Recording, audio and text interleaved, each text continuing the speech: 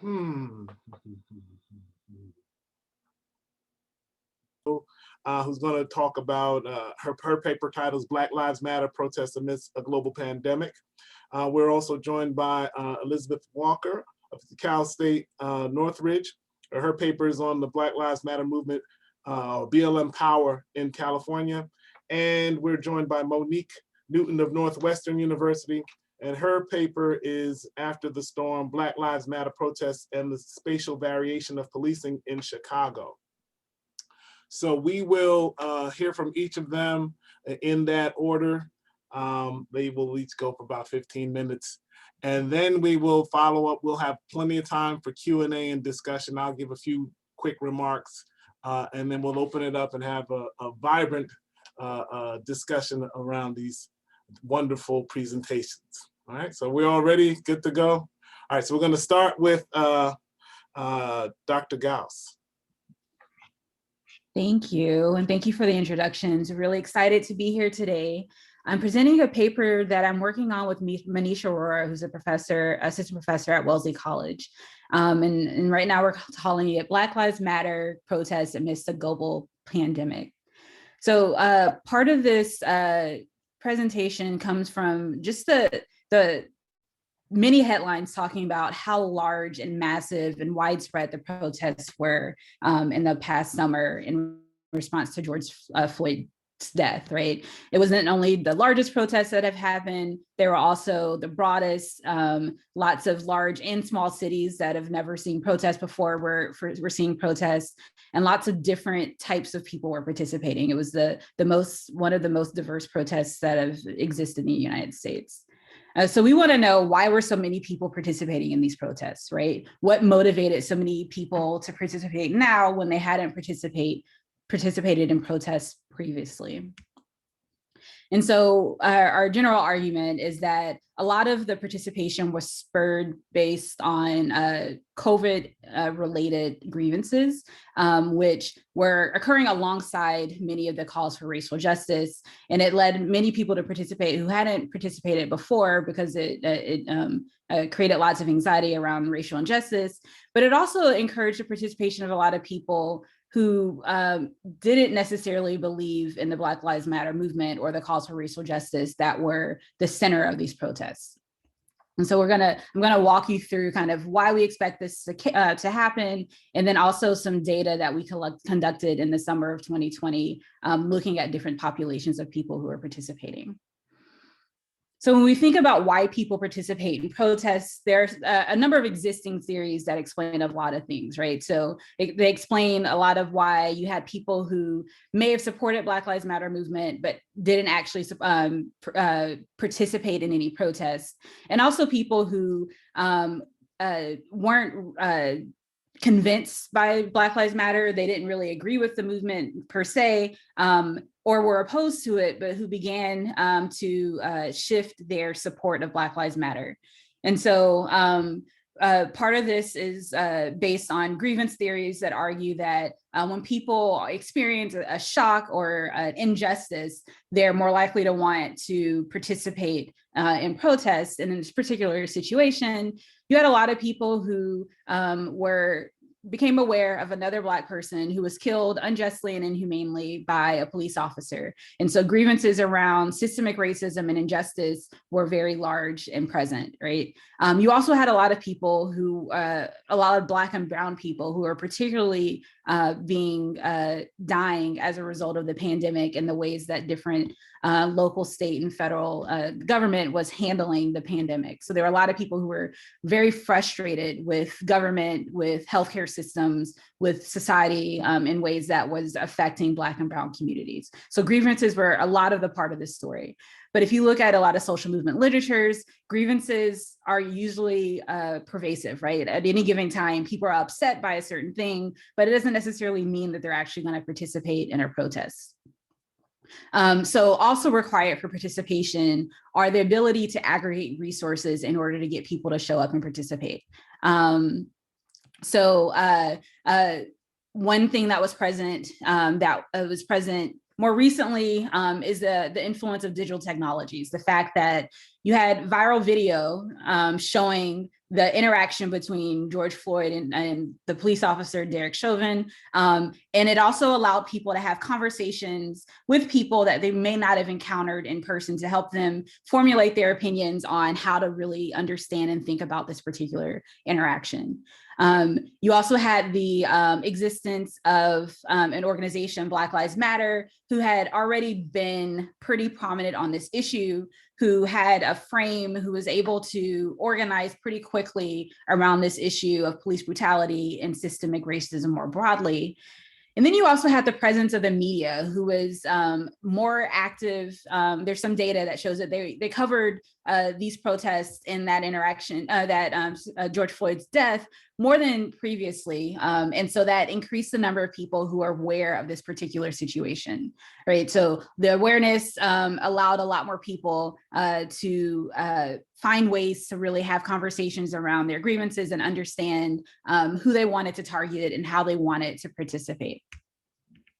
And then the third factor is political opportunity. So even if the resources exist, there are existing grievances, a lot of times you might encounter situations where there's lots of state repression, where it prevents a lot of people from being able to participate, or people have other things that they have to take care of, right? Like going to work, taking care of their kids, other competing interests, right? And so a very big influence on the ability of the people to participate in last summer was the fact that the pandemic really reduced the opportunity cost of participation, because for many people, they were no longer able to, they might have been laid off from work, they weren't able to travel for work, to visit their families. The social distancing really reduced the opportunities to participate in other activities. So it wasn't a choice between, well, do I want to really protest or do this other thing? Protest was kind of the only outlet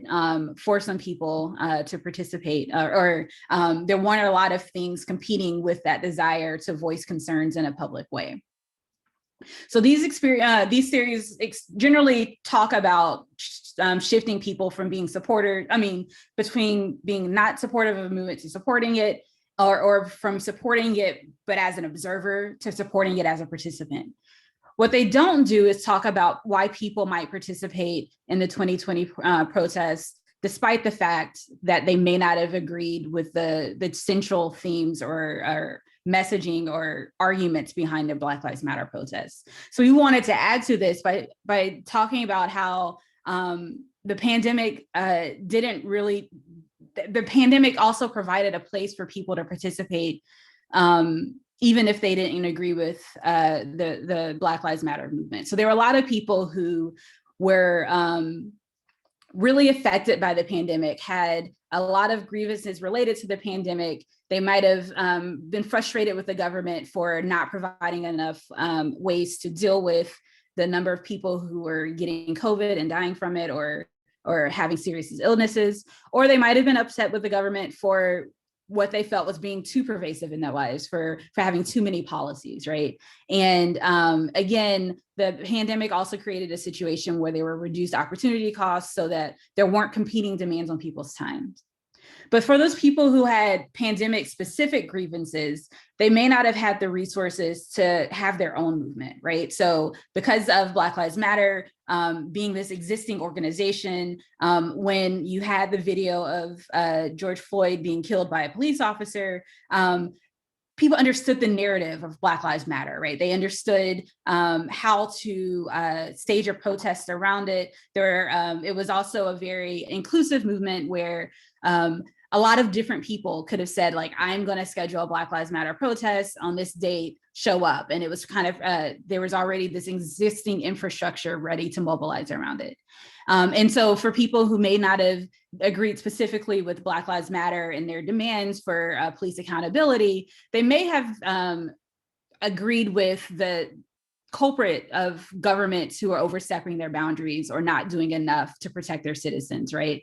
So that was a clear government target that they might have valued as a form of a reason for wanting to show up in opposition to this particular topic, target. And again, right, even if they wanted to stage their own protest, it was really hard to be able to mobilize enough people around pandemic specific grievances, or when you already had this existing structure that existed. So they just kind of tagged along to an existing protest. So we hypothesized that people who had reduced opportunity costs because they were financially impacted by COVID, and also increased grievances because of COVID related issues, because of knowing family members or themselves who had been personally affected by it, would be more likely to want to participate in a Black Lives Matter protest than those who had not been negatively affected by the pandemic. So we think that a lot of the people who participated were ones who were most impacted by the pandemic.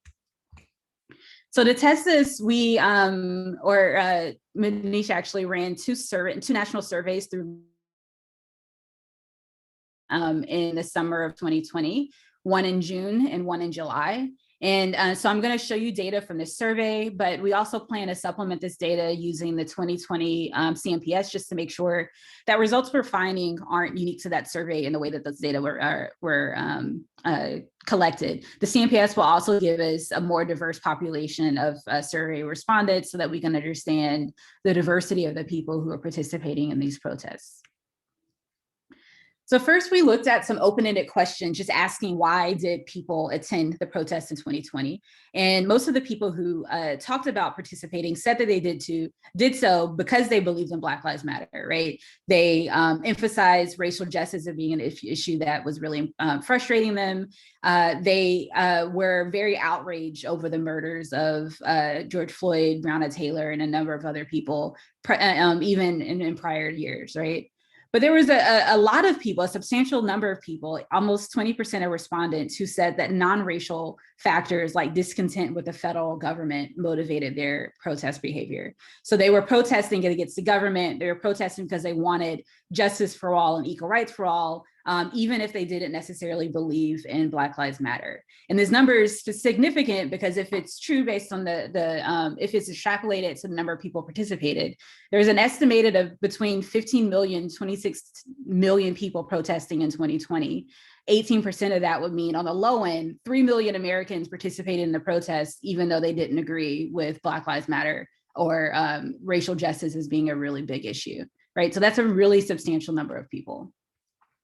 Of those, almost all of those 18% of people have been negatively affected by the pandemic. They discussed that. And they also discussed how their attendance in Black Lives Matter was the first time that they had participated in a Black Lives Matter protest.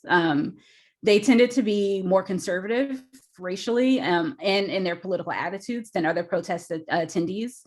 And they also tended, it appears that they were also not, they may not have participated in the protests if it weren't for the pandemic because of these other things that their pandemic related grievances. Looking data-wise, so we did this measure of different ways that people might have been impacted by the pandemic. So we have this index of whether you were lost your job, lost income, were laid off work, reduced work hours, those types of things. And you see that as the number of ways that people were impacted by COVID, the likelihood of participation increased over time. We also did this based on whether they had support for the pandemic. And you see that people who supported the pandemic were people who supported Black Lives Matter were more likely to participate in the protests, but you also see there's a substantial number of people who were not supportive of Black Lives Matter and still protested. And for both groups, the likelihood of participation increased as their number of ways that they are affected by the pandemic increased. So why does this matter? One reason it matters is because these massive protests seem to have a lot of policy and public opinion influences, right? So there were a lot of budgetary and policy changes at the state and local level throughout the country. There are a lot of people who changed their attitudes about race and policing because of the protests and because of the conversations around police brutality. You had a lot of people, there's suspicion that this may have influenced the way people vote. Observing protest behavior might have made people have more liberal voting behavior. And it also created a lot more local coalitions, more diverse coalitions across the country of people who are trying to address systemic racism and racial justice, right? So understanding why people are participating really helps to understand why some of these influences might have occurred. Also, one of the things that I kept talking about last summer is the fact that the media started talking about how a lot of the people who supported the Black Lives Matter protests lost interest in the movement when the movement started talking about defund the police. And so I kept saying over and over again, it wasn't that they stopped supporting the movement when they heard defund the police, but a lot of them never believed in the movement to begin with. And defund the police was just an excuse to say like, oh yeah, I no longer believe in it. But this really explains why it looks like allyship and coalitions may have waned over time, when in fact, maybe they didn't exist in the first place, because a lot of people who were participating, almost 20% of the participants, never believed in the movement, but were protesting because of other reasons. So thank you, and I look forward to any of your questions and feedback in the Q&A and hearing the rest of the panels as we move forward.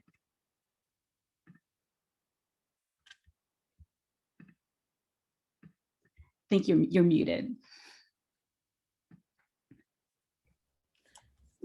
Thank you. Okay. Perfect 15 minutes. Next, we have Dr. Walker, and we'll turn it over to her.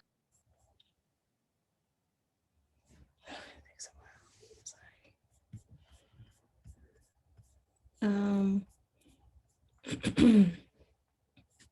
trying to go all the way back to the first slide. Okay, here we go. Sorry about that. Good afternoon, everyone. And I am taking a little bit of a different twist with Black Lives Matter with Los Angeles, because I'm looking at Jackie Lacey. And there was a race and how Black Lives Matter moved beyond protest and became more politically involved in local elections around Los Angeles, and Jackie Lacey is one of them. I started actually my paper with really more of an anecdote of sitting at a friend's birthday party. He is a public defender, and he happened to be talking about how some of the struggles that he had and a lot of the barriers that he had in regards to properly defending his clients, and how because he was really savvy, legally savvy, and he was adamant in trying to give this a fair and just defense for all of his clients, he was relocated without notification and was forced to leave one city to move to another city overnight. So he was supposed to leave on Friday and move to another city on Monday, and was given a murder trial to start at 8 a.m. that Monday.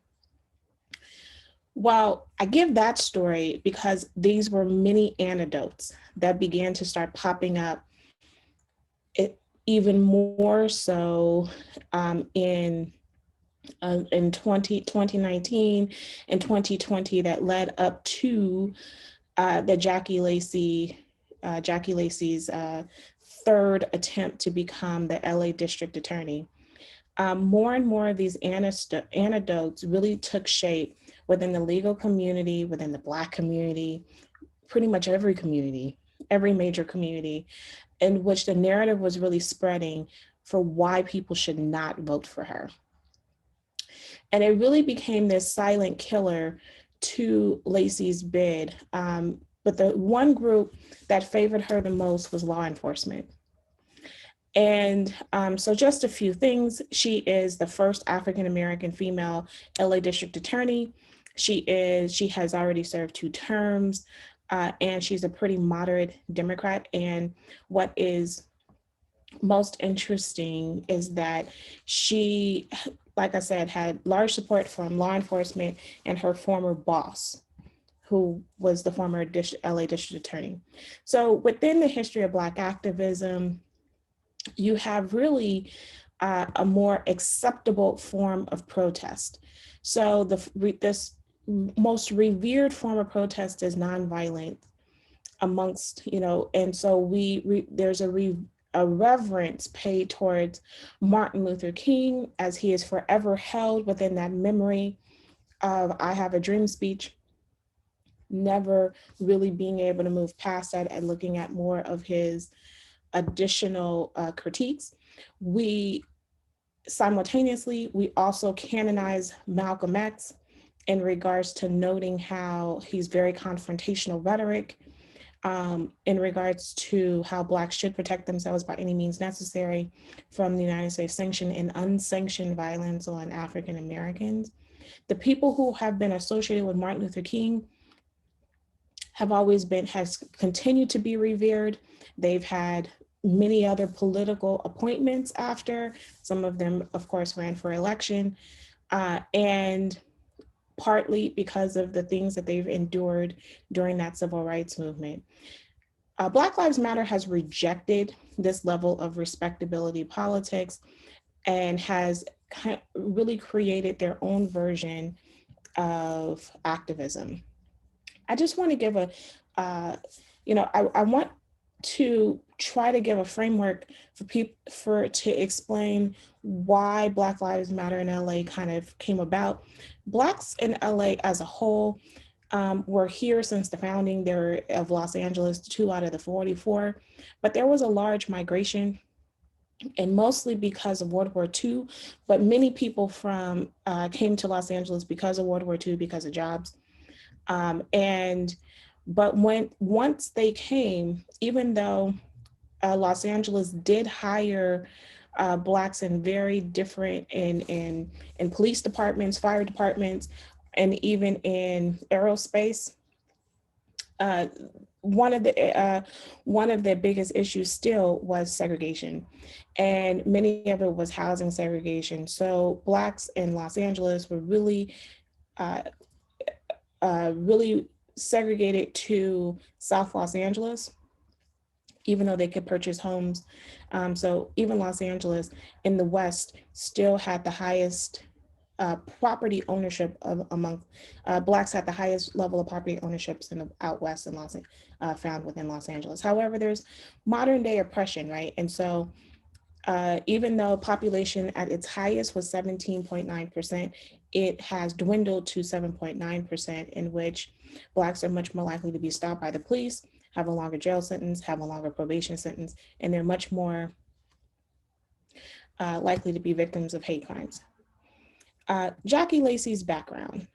She originated from her family, just like many other Blacks who came to Los Angeles. It's a migration story, originally came from Los Angeles. And in her words, she was raised in the Crenshaw district, and her words is crime adjacent. Anyway, she went to Dorsey High School and she went to USC. And she considers herself, her words, a reasonable reformer, this moderate Democrat. District attorneys in Los Angeles, men. They're all white men until 2012. Steve Coley was most famous for this Proposition 69, where he mandated felons to register their DNA.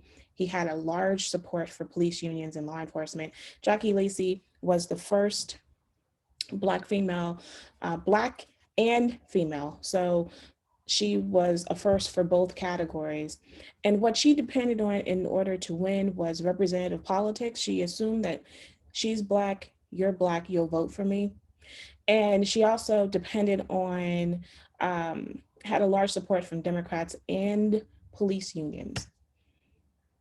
880 is the number of Blacks and Latino, well, in general, 880 is a number who died at the hands of LAPD and LA County Sheriff since 2000. 80% of them are Black and Latino. there have only been one officer arrested and charged with at least a misdemeanor. And this is the reason why Black Lives Matter had been pushing for our district attorneys to start evaluating if some of these officers should be tried for any type of crime. Jackie Lacey in 2012, she thanked Steve Coley, and this is her direct quote. She said, "I thank him for introducing me to his supporters, for advocating for me, for coaching me through this process, for the countless hours he spent campaigning for me, for allowing me the privilege of using his good name in the community as my chief lawyer." I'm sure Black people did not hear that statement, because she was just a continuation of Steve Cooley. She declares that she is part of the old guard, but she is not that progressive. She also supported the death penalty. However, one of her positives is that she decreased the jail population by providing more mental health alternatives and avoiding jail time. I'm giving you a background here, even more so, because I think it's important for you to realize why Black Lives Matter targeted her. Black Lives Matter made the decision that they didn't really care who was running against Jackie Lacey. She had to go. So since 2013, Black Lives Matter LA, they had been requesting meetings with her. She ignored them. The BLM protested Lacey at her house, her office, and if she was speaking anywhere and she continued to ignore them. This is the incident that really changed a lot. They came to her house, knocked on her door, and this is the picture of her husband. And he said, "I will shoot you, get off my porch." And Jackie Lacey's husband was later charged for this particular act. So method is really just a case study in order to be able to demonstrate, looking at the actions that Black Lives Matter LA organization was able to effectively target and organize voting efforts to remove her from office. So really one of the theoretical aspects here is that it's a combination of protest, activism theory, in this notion of respectability and how they were able to mobilize, and a combination of heuristic. Years ago, I did a study on is race heuristic stronger than party ID? And I used Michael Steele's campaign in Maryland during the Senate campaign in 2008 in order to determine that party ID was stronger than race. And this is exactly what took place in 2020, where issues actually matter. So the findings. George Gason, he was the first Latino male district attorney in San Francisco. He really did have a rough upbringing, and he did join law enforcement. However, he has a history of fighting racism in law enforcement. He has a history of confronting law enforcement to really create reforms. And Black Lives Matter LA went into South Los Angeles. First off, they did not support George Gason. However, they did align with him only because they felt that he was more progressive than they could ever, he at least would sit down with them, versus Lacey, who would not. And so they went into South Los Angeles, particularly targeted Black and Latino males that already had a misdemeanor record, because in California, they could vote. And they educated these individuals about the job duties of the district attorney and how their lives are directly influenced from the district attorney. And then they turned around and registered them to vote. So the results was that he won every single demographic. The biggest demographic that he won was Black voters by 16 percentage points. She only won the suburbs, and the smallest different margin that went towards Gason was white voters. And finally, Jackie Lacey reflects on her loss. And her reflection is this: I do wish, these are her words, I do wish I had spent more time with the Black Lives Matter LA, just trying to figure this out, because I do in my heart of hearts feel we're on the same side. I don't think they would agree. Anywho, Black Lives Matter LA is no longer solely an organization that protests. They have 500 members, and they have political power that can organize and influence political outcomes. And that is all.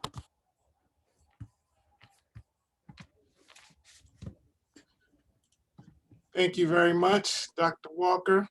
Next up is Ms. Monique Newton. Okay. Dr. Newton? Not yet. Oh, okay. One day. Sorry, let me.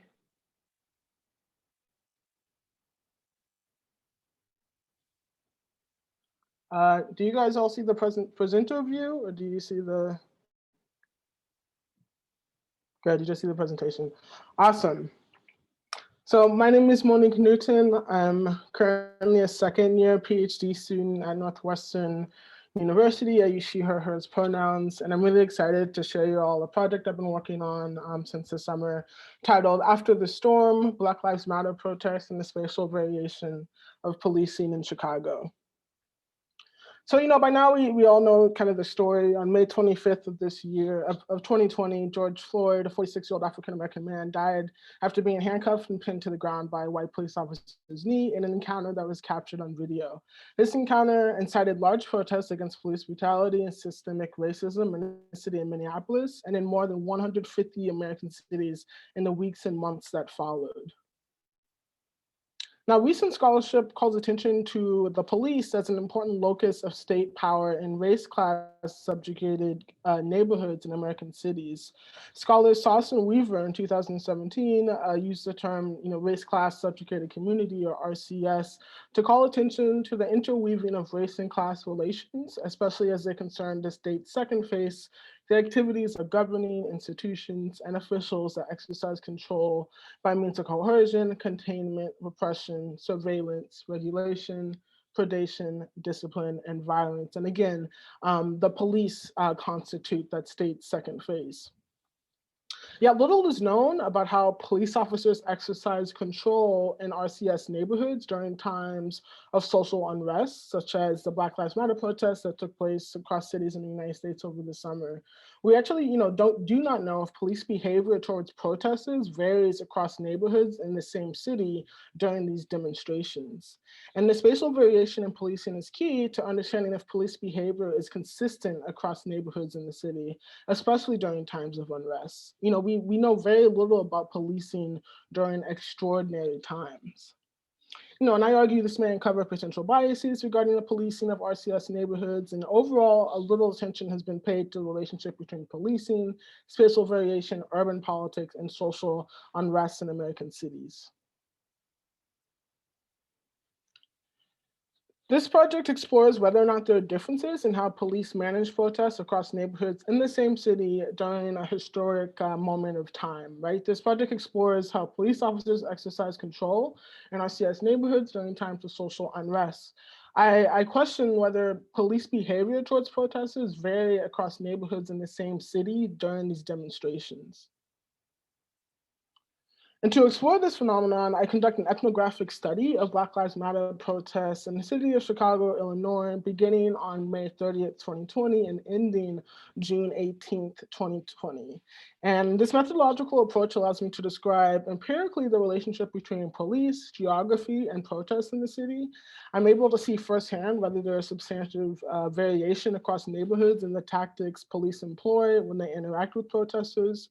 My field observations document police behavior in various neighborhoods and areas of the city at a time where police officers might be reluctant to talk to researchers or when official records and media accounts may not be available. My ethnography details how police interact with protesters in real time in various neighborhoods across a major city in the United States. The third largest city in the United States, Chicago is an important case study regarding police conduct, given its size and the vast history of police misconduct in the city. This includes the scandals involving former Mayor Chief John Burge, as well as the recent cover-up of the murder of Laquan McDonald. And I find that there were neighborhood level disparities in how the police treated the protesters across the city in the early days of unrest. However, it converged just days later. Police interactions with protesters started to look the same across the city after the first 4 days of the demonstrations. However, during those first 4 days, the police tactics varied noticeably by neighborhood. And I'll spend a little bit of time talking about the convergence a little bit at the end. But before I kind of dive into the case study, I wanted to just give a map of Chicago. So Chicago is a very kind of spread out city. This is the upper north, this is the south. And I want us to pay attention to the legend to the far left. And you see, we're gonna focus on 3 regions or areas in particular. If you really zoom in, you can see the name of the neighborhoods, but we're gonna focus on the north side, on the central Chicago, which is essentially downtown, and then the south side. So again, that's the north side, central Chicago, which is downtown, and then the north side. And we're gonna focus on the protests that took place over the first 3-day period, beginning with downtown and then transitioning to the south side, and then transitioning to the north side.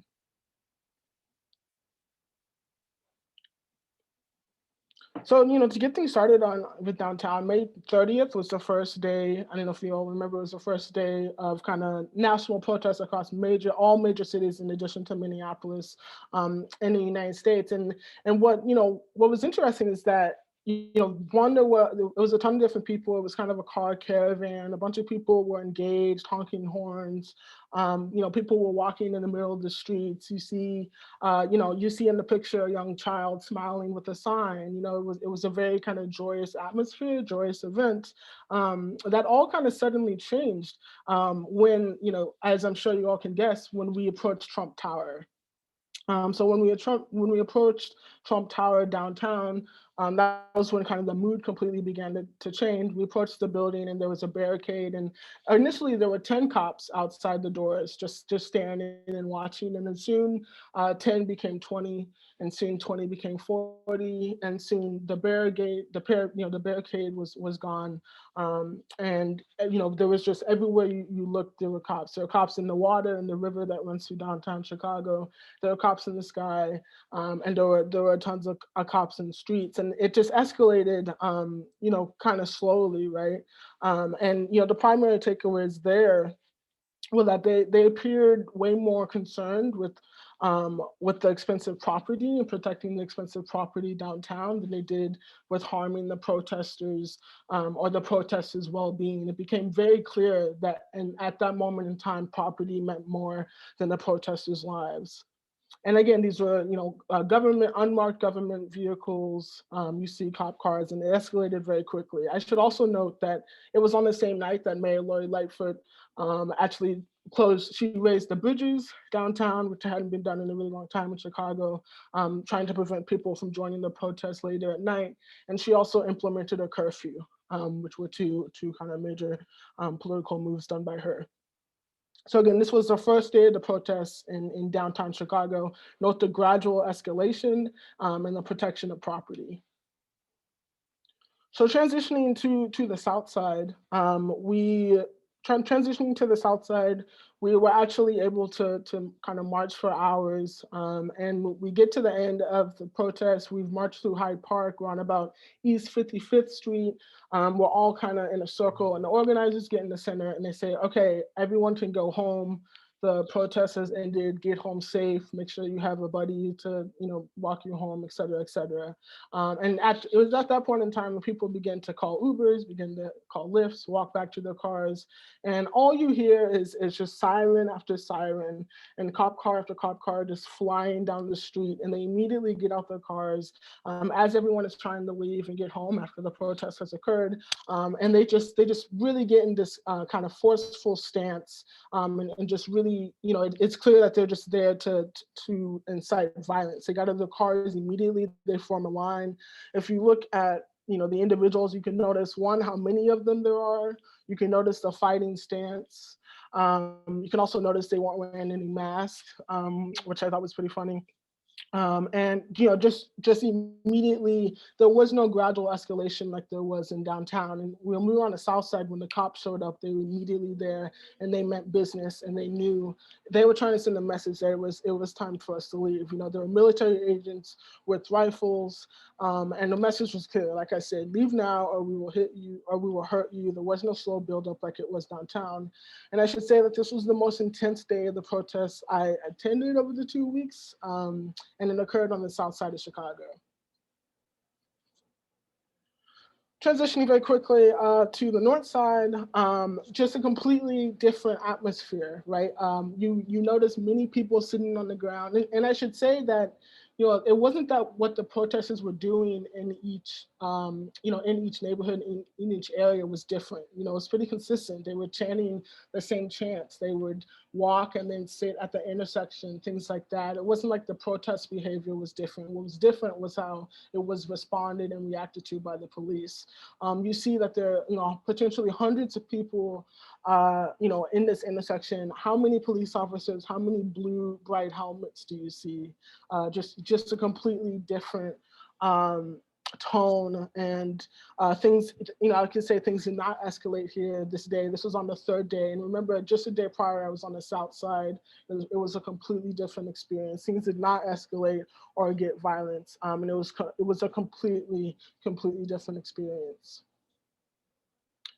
And lastly, I'll just speak a little bit to the convergence. So what was interesting was, there was about, I'd say, a 5-day stretch where, police were showing up to the south side and, inciting violence, and things were getting physical and people were being arrested. And then what was interesting is you actually see it kind of converge, and you kind of see it all, like it no longer escalated. Like, the cops no longer were forming these lines with all this riot gear. Now the cops were on bikes and they were biking along with the protests, right? Or now the cops were in their cops' cars and they were leading the protesters, with the car in front.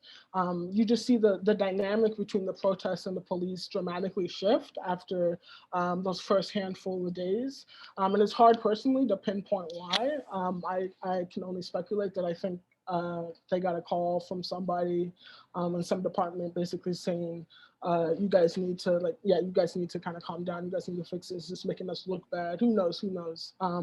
But there was a convergence, and that did happen immediately after. But as you can see, in those first 3 days between downtown and south side and the north side, there was a dramatic difference in how the police met the protesters, even though the protesters were essentially acting the same, doing the same things in each case. They were essentially just in a different place. So one of the primary conclusions, there are differences in the ways police manage protests across neighborhoods in Chicago during the Black Lives Matter and George Floyd's protests. We see that police may view or approach protesters differently depending on your location in the city. And I think this raises a whole lot of questions about assumptions about certain neighborhoods in the city, about the people that live there, as well as just a perception, of the area overall. If cops are viewing protesters this way, what does it say about the residents that live there? What does it say about the residents in RCS communities? And all this kind of started in trying to see if there was a difference between how the south side was being policed during these protests and how the north side was being policed in the protests. And it just kind of expanded, into this whole project. But what does that mean for times of when nobody is watching? What does that mean when times where there aren't mass historic protests going on? How are police engaging with residents in these neighborhoods, in these areas? We often hear about Chicago being one of the most segregated cities in the United States, and this can have profound consequences for how RCS neighborhoods in Chicago are policed, both in times of social unrest and in the day-to-day. And ultimately, I think additional work should be done to understand the relationship between policing and RCS communities in times of social unrest. Thank you. That is all I have. Thank you. Thank you That was very much. helpful. Okay. All right. Thank you. Thank you guys. Those were all 3 really interesting presentations. And I'm looking forward to the discussion. So I'll give you just a few questions and comments that I have based on your papers and presentations. And then we'll open it up for you guys to respond and for other folks to share any other questions or ideas or reactions to what you guys have presented. First, Dr. Gauss, am I pronouncing your name right? Gauss? Close, I say Goss. Gauss, okay. So this paper, I really enjoyed it.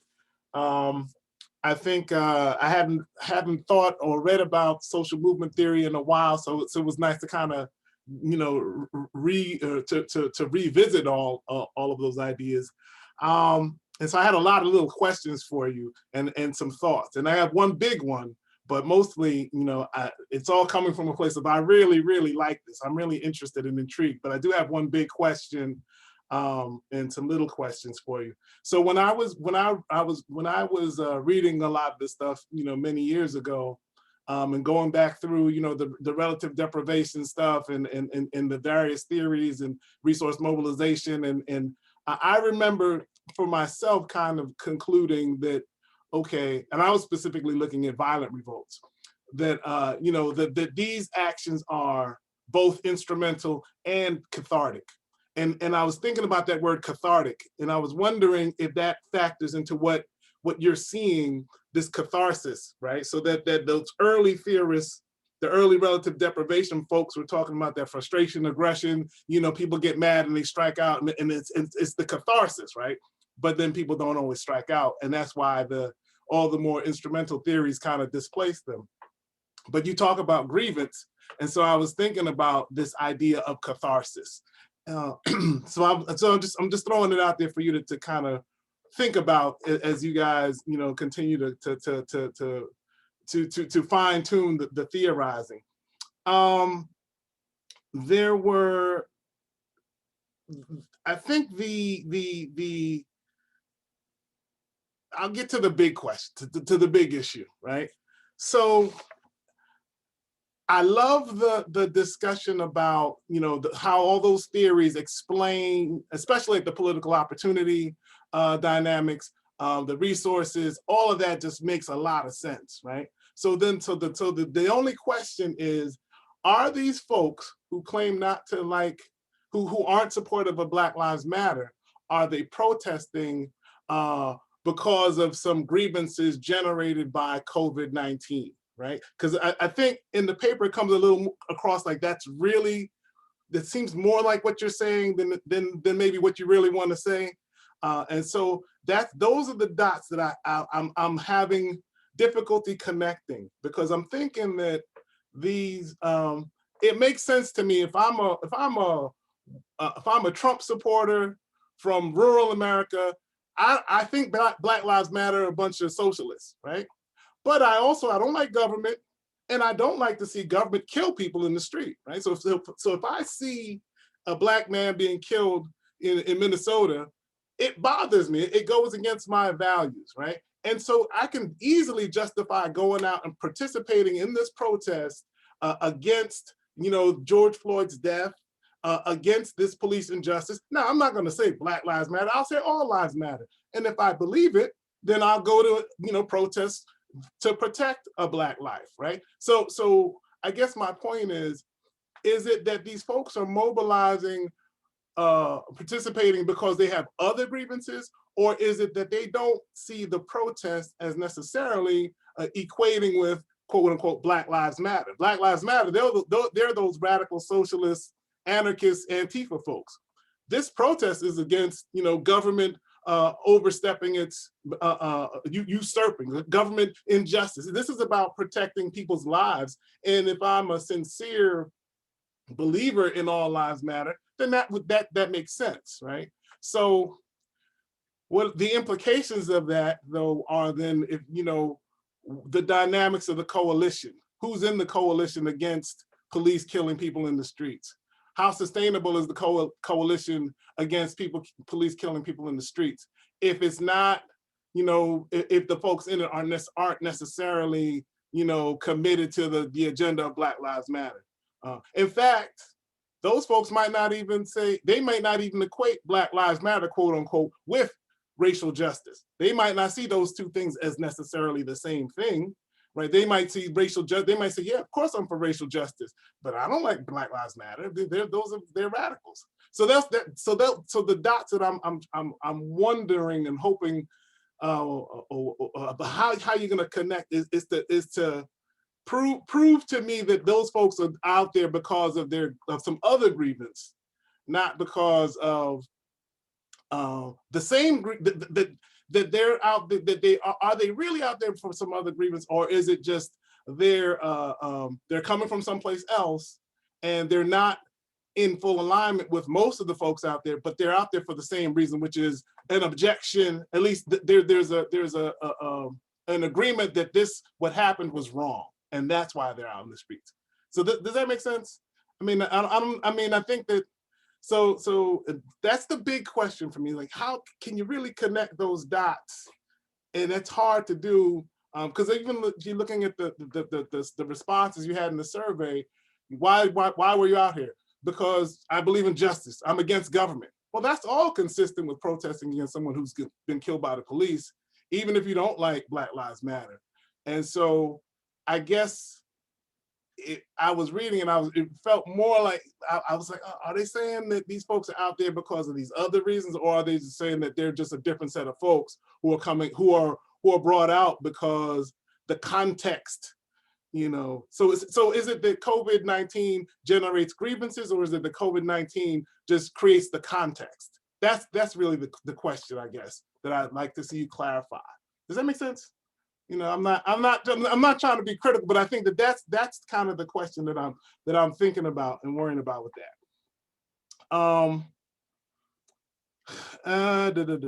So I'll leave it at that, but I'd love to talk to you some more about that. Dr. Walker,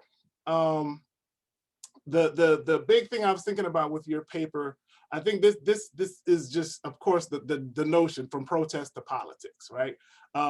You're talking about a protest movement that is transitioning or shift strategies to engaging in local electoral politics. So I guess what as you continue to work on this, I would love to see you do a couple of things. And I don't know if there's really a question in here as much as like some suggestions. One, I'd like to see, first of all, in terms of contextualizing it, and I was just wondering about this, the connecting Black Lives Matter, which as you describe, emerges, 2013, 2014 in Los Angeles, to previous kind of, Black political activism in Los Angeles, prior to that, like how do the folks who start this, are they coming out of previous movements and mobilizations? Are they not? So I'd be curious about kind of that trajectory. And then the other thing I would love to see really is the sort of the detailed step-by-step of what they did in terms of electoral politics. Like, what did they do in terms of their organizing? Did they meet with Gascon? Did they meet with him? Did he make any kind of commitments? Did they kind of lay out, we agree with him on this or disagree with him on that? Or was it just purely about vote against, Laci? So I'd love to see the details of that. And I'd also love to see some insight into how the internal discussions and internal decision-making process around, okay, let's make this shift, because I do recall different Black Lives Matter activists claiming that they're not going to really engage in electoral politics or endorse people, just endorse maybe ideas or policies. And so I'd be curious if that was something that folks were trying to wrestle with in Los Angeles. What else? And yeah, just really some more clarification on that transition from from a protest strategy to engaging in electoral politics. Oh, this is the other thing with that. Yes, the Black Lives Matter folks were against this, Laci. but were they effective? Did they really play a role in her loss, right? That's so I'd want to see some evidence that they really played a role in her loss. How can we demonstrate that? How can we really show that?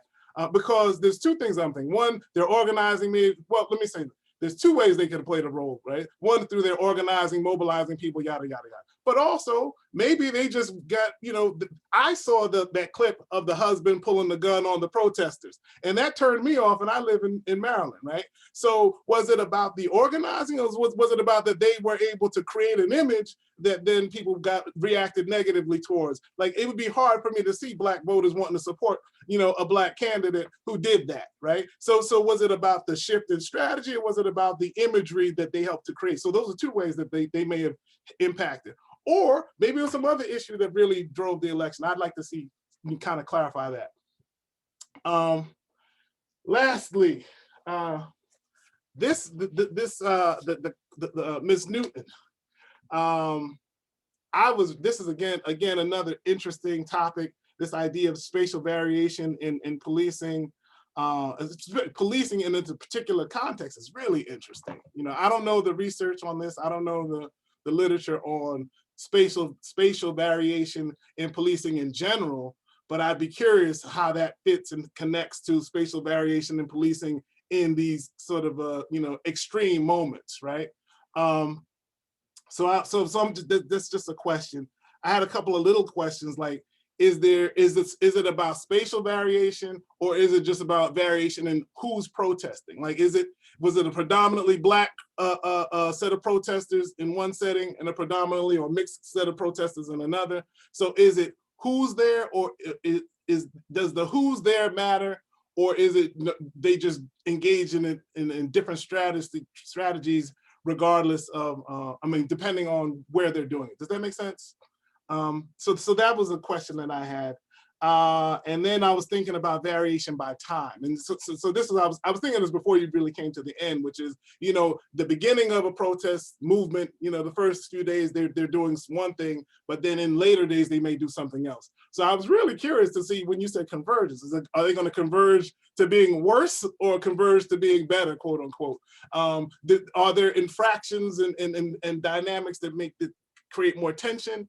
Or is it that they say, okay, are there commands from up high that say don't do this? Or is it that, hey, okay, it doesn't seem like there's much of a risk here, so we can back up? What's driving that? So actually, it would be really interesting in your research if you could get into the behind the scenes of the police, like if you can find out what they say were their orders, what they were instructed to do, and things like that. So anyway, so the last question I had, you said you didn't have the answer to it, but I'm going to throw it out there. Why the convergence again? Why the change over time? It just seems like a really interesting dynamic, right? So those are my thoughts and questions and sort of suggestions. I will allow you guys can respond to those if you'd like, and then we'll open up for questions from the audience. I guess we'll start with Dr. Goss. Oh, sure. So if I understand your big question, it was, how are you connecting that people had like very specific grievances based on COVID to the fact that we're saying that they were protesting even though they didn't believe in Black Lives Matter, when they're saying things like, we don't believe that they do have grievances based on like, we don't believe in inequality, right? So that seems like related to a Black Lives Matter type grievance. Yeah. Right. And so the argument here is that like, even if you say that you like don't believe in inequality, there are a lot of people who say that, but they also don't think that like police brutality is as big as Black Lives Matter is trying to make it to be.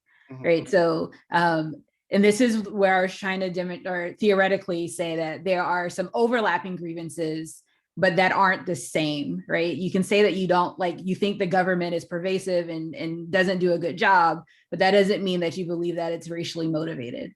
So you think there are inequalities, but you don't think that those inequalities are racially motivated. right? So there were some overlapping grievances, but not necessarily ones that aligned with Black Lives Matter's focus on systemic racism. Yeah, but then is it? I guess that I agree with that 100%, right? And so that's my question. I think in the paper, you're going to have to really nuance that to clarify that, but because that's different than saying that the grievances were generated by COVID-19, but these are grievances. So the COVID-19 is the context that makes it easier. I have access, and since I can, I don't like, I don't like police killing people. I think that they kill everyone equally, and whenever they kill someone, I'm going to go up and protest. And so that might be my thing. So I don't agree with Black Lives Matter, but I do think that police shouldn't kill people, and so I'll go out in the streets. I'm not saying that that's really what's happening. And by the way, I'm not saying that I don't agree with what I think you're saying. I'm just saying there's like another step to connecting those dots, because it's plausible. What I'm suggesting, I think, is plausible. And so I would love to kind of say, okay, how can we, connect that dot to show that, these folks are coming out for a whole different set of reasons that aren't really even aligned with the specifics of the issue, if that's the case. Yeah. And I'm trying to argue it as like an additive thing, right? So they have these grievances, but also COVID created an environment where they have also other grievances that make them want to protest. They also have like some, Dr. Walker put in the chat, right? Like, for some people, it's they're not leaving their house to go to work or do these other things, and so this was the only way for them to be outside and maybe even feel safe being outside around other people. Yeah. So I think all that's that, and I love the way you connected all those old theories, tried and true theories, to this contemporary context. I mean, I thought that was. I was like, oh yeah, that makes perfect sense. In fact, this is a great example of those theories, a better example than what a lot of those theorists used to use in terms of the opportunities, resources, et cetera, et cetera. So that I thought was really cool. So anyway, but sorry.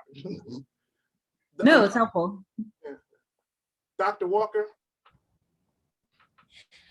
Well, I would like to even add that it could be useful, even if we can say that it's probably not credible, but the polling on the attitude about the death of George Floyd has changed.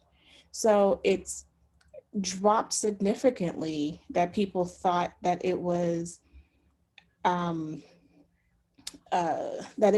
unjust manner. And then I would also be interested in looking at even more if what happens when when the trial starts. Will people go back and protest now that quarantine is almost over? That kind of aspect. I do agree that I do agree. I think that I need more interviews, and I do need interviews to help begin to explain a lot of the step-by-step process. But I will say that Black Lives Matter LA is, its framework has many, many more academics. And so because of that, it has, they've been very strategic about how they have been able to become more than, and strategic in saying that they're not there's not supporting a particular candidate, and they did not support the candidate for district attorney, but they were adamant that she had to go. And there's many different, and I think that it would be difficult for her particularly, even though we can see that more Blacks voted against her this time than in her previous two elections. But I do think that there's a number of issues that came out, not just the scene, the imagery that they've been painting for her, but I do think that they also, there are narratives that were going around and these whispers about, and her name was becoming even more popular because of her inaction and the consistent messaging of her always being on the news. And so when you're having more people, so all of these things kind of converged in this space where Black Lives Matter LA was able to benefit from that. And I do think that there's that concept of, I think the step-by-step process will be useful, but their alignment with people and doing educating projects and trying to inform and register voters who are historically didn't know they could register is something that tipped the balance, but it would definitely be a difficult task to measure. Monique disappeared. Okay, well, we'll open up for questions or comments from our audience. Oh, we've got some questions in the chat. There's one about strategies. There's Dr. Walker. Would you say more about how BLM's LA strategies contended with the representational thrust of Laci? She was still Black, but it didn't work for her this time. Would you say more about the particulars of the strategy of BLM? Thank you. We kind of, I don't know if that sort of. I kind of already did. Yeah, kind of responded to that. I kind of already did, right? But I will say what tipped also is Johnnie Cochran's firm.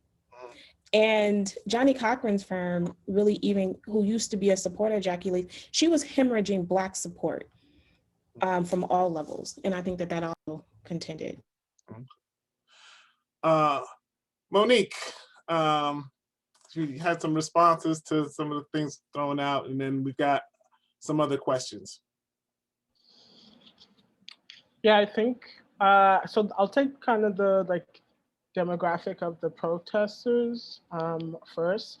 So I think, and yeah, Professor Goss kind of attended to this. I think what was interesting about the George Floyd protest was that it was super diverse, and that it was a lot of people coming together. But even with that said, I showed a picture of the North Side, that picture looks very different than the picture on the South Side. But that's not to say that there weren't white folk or plenty of white folk at the protest on the South Side. It's just a little different. So I agree that would be a really interesting dynamic to understand how the demographic of the protests, on top of just location in the city, et cetera, how that kind of complicates that. I think that would be really interesting. I don't think I have a way to kind of get at that, unfortunately.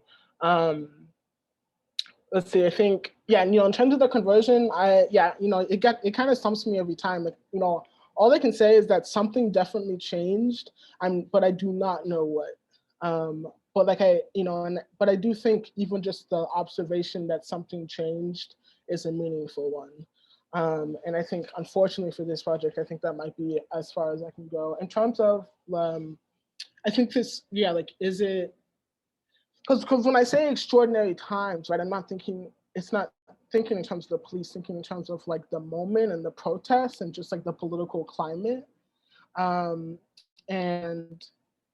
so, yeah, I think it would be, but I think that's a really interesting question, Professor Goss. Is it exemplary of the way police differently police neighborhoods? But yeah, I think the primary takeaway of the study is that at least in the context of Chicago, location matters, tremendously, just in terms of how you're perceived by the police. And I think the thing I keep kind of coming back to is this perception. I think, because I really do think it is a perception by the police of who inhibits a particular neighborhood and how the people in that particular area behave and act, and what they look like, right? And I think all those are in conversation at the same time. And I feel with this project, I'm trying to tease out maybe one element at a time, or two elements at a time. But I think it's all really interesting stuff. And again, it's, this is pretty early stage. This is basically my second year paper that I had to submit. And so I really do welcome all feedback. I'm presenting at a couple other conferences coming up, but I'd love to get this to a point where it's potentially publishable, a complete study. So I really do welcome all feedback, anything to think about. I definitely would recommend speaking to some police officers, like speaking to the police in some of those different areas and kind of maybe you can find out what they were directed to do. We've got some other questions. There was one about to what extent do we find digital activism having diminishing marginal returns for BLM over time? Is it empowering or disempowering to locate digital activism as a central strategy from protest to policy change for BLM in the future? Anyone can respond? Yeah, I can answer that. Hi, Minna, good to see you. So I don't really address this much in this project, but I have a book project I'm working on where I do talk about like the internet and digital technologies and protests.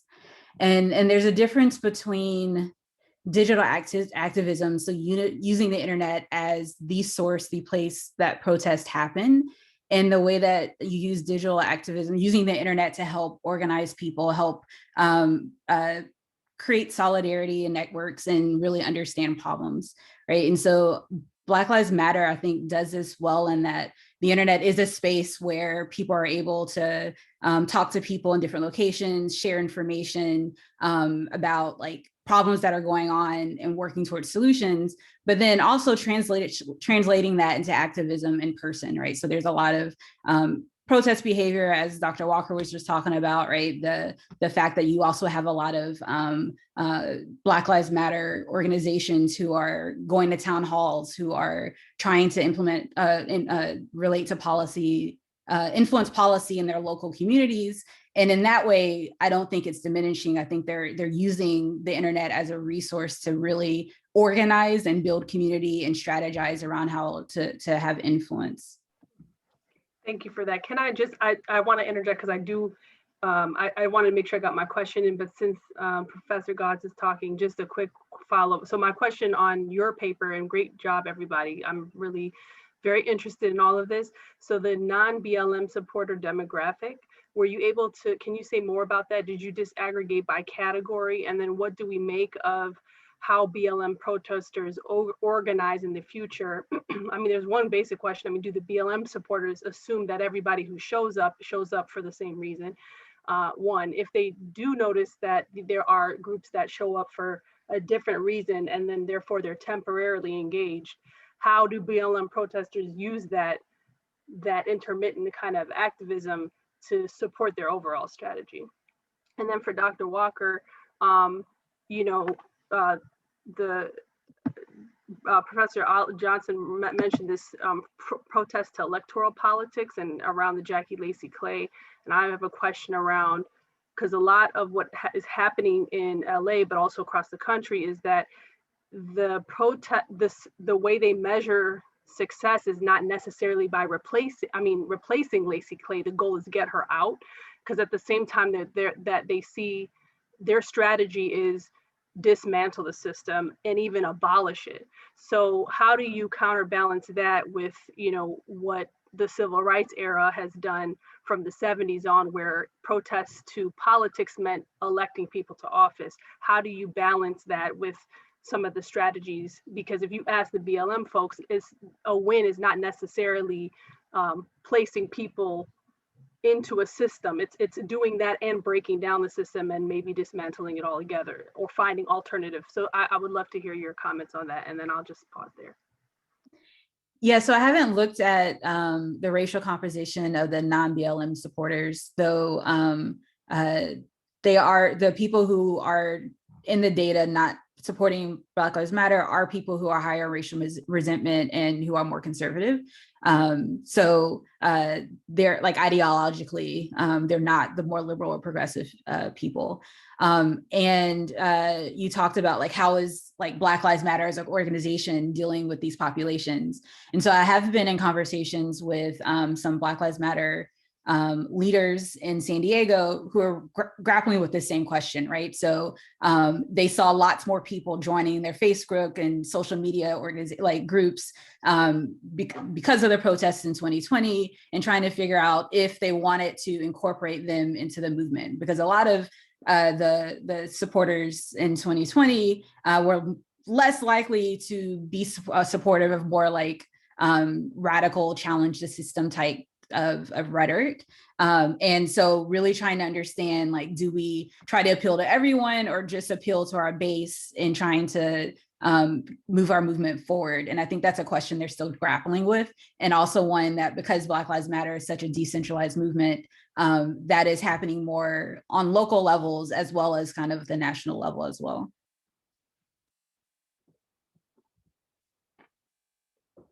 Everyone, it is 6:30. They're gonna, well, there's nothing coming up after us in this room. So if someone had a last comment or two that they really have to make, we can get through that. But they're pretty stringent on us getting out of here almost on time. So I guess we will just have, you know, these last 2 or 3 comments really quickly, and then we will conclude for the day. Dr. Walker, Ms. Newton, did either of you have something you wanted to add? I can respond to it. I can respond in regards to saying that this is what I found the most interesting. They are, you're right in regards to dismantling, but they also have targeted, like, people like the mayor of Los Angeles, Eric Garcetti,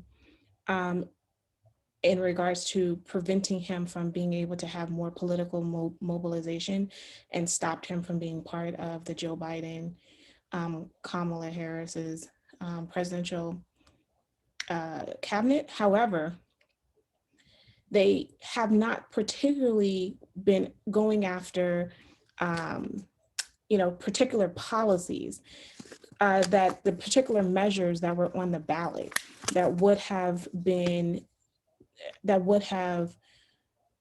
helped and or harmed Black folks. So, like, eliminating the cash bail. The cash bail system was on the ballot. Reinstating affirmative action was on the ballot, and they were largely silent. So during this campaign block, it was a focus specifically on Laci, and it was not focused on just policy that would have harmed or helped Black folks, particularly in Los Angeles or in either state.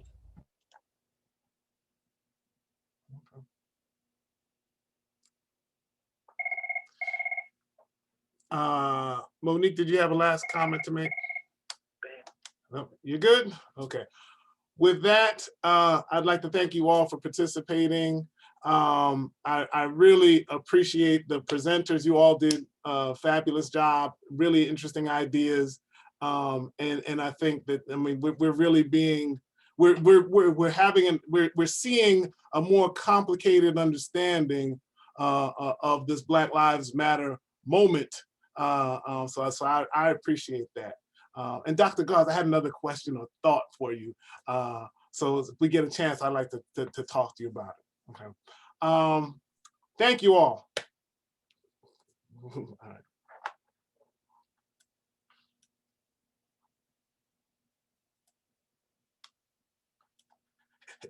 Don't leave, don't stay. So here's my thought. The very first thing I said was that I was thinking about catharsis, right? Yeah. Catharsis. And that actually may go to what you were talking about in terms of these people come out for the catharsis of the cathartic moment of rah, rah, rah, you know, fighting against government. So that actually could be a part of it. I don't think we talk enough about catharsis in politics and political action. And so anyway, I was thinking about that. I was like, you know, so why would someone who doesn't agree with any of this stuff come out? Well, it could be, you know, it's that idea of a cathartic experience of, you know, throwing something at the government. I don't know if I believe that, but I think it's possible. I don't know, but this stuff is fascinating to me. So I really appreciate what you were doing. Yeah. Yeah, I think in a lot of ways, I think about, I mean, not in this, I didn't mention it in this paper, but in other work about how, like, some people protest just because they want to, like, say out loud that they're upset. And that could be it, right? And that doesn't mean that protest isn't effective or because they don't have a policy goal or anything, right? It could just mean that, like, the purpose of it is just to say out loud in a public space that I'm upset. I'm mad. and just so, because when I was reading this stuff and thinking about this, I was thinking about violent revolts. I was thinking about uprisings. You know, I was thinking about, you know, these explosions, which by definition are kind of like, you know, spontaneous in some ways. And so it was kind of, you know, so folks were trying to figure out and explain why these things happen. You know, that's really why it's kind of, maybe it's easier to see in that setting that someone would maybe just, like I throw a brick through a window, you know, is that really strategic, or am I just mad, right? And I came down on the side that it's both. You know, it feels good to do this strategy, you know. I'm throwing a brick through a window, I'm letting off steam, but I'm also maybe creating pressure on the system to make it to make a change. But anyway, but that idea of catharsis might be useful in you know, because in connecting those dots of like why folks would come out, you know. Yeah. Why would you come? Oh, I get a chance to really, you know, spit in the face of the government or whatever it is. So I don't know, just a thought. But I love that. I love this stuff. So Thank you. Thank you. Thanks for your comments. They're really helpful. I hope so. All right. Well, Bye. thanks. Take care. Take care.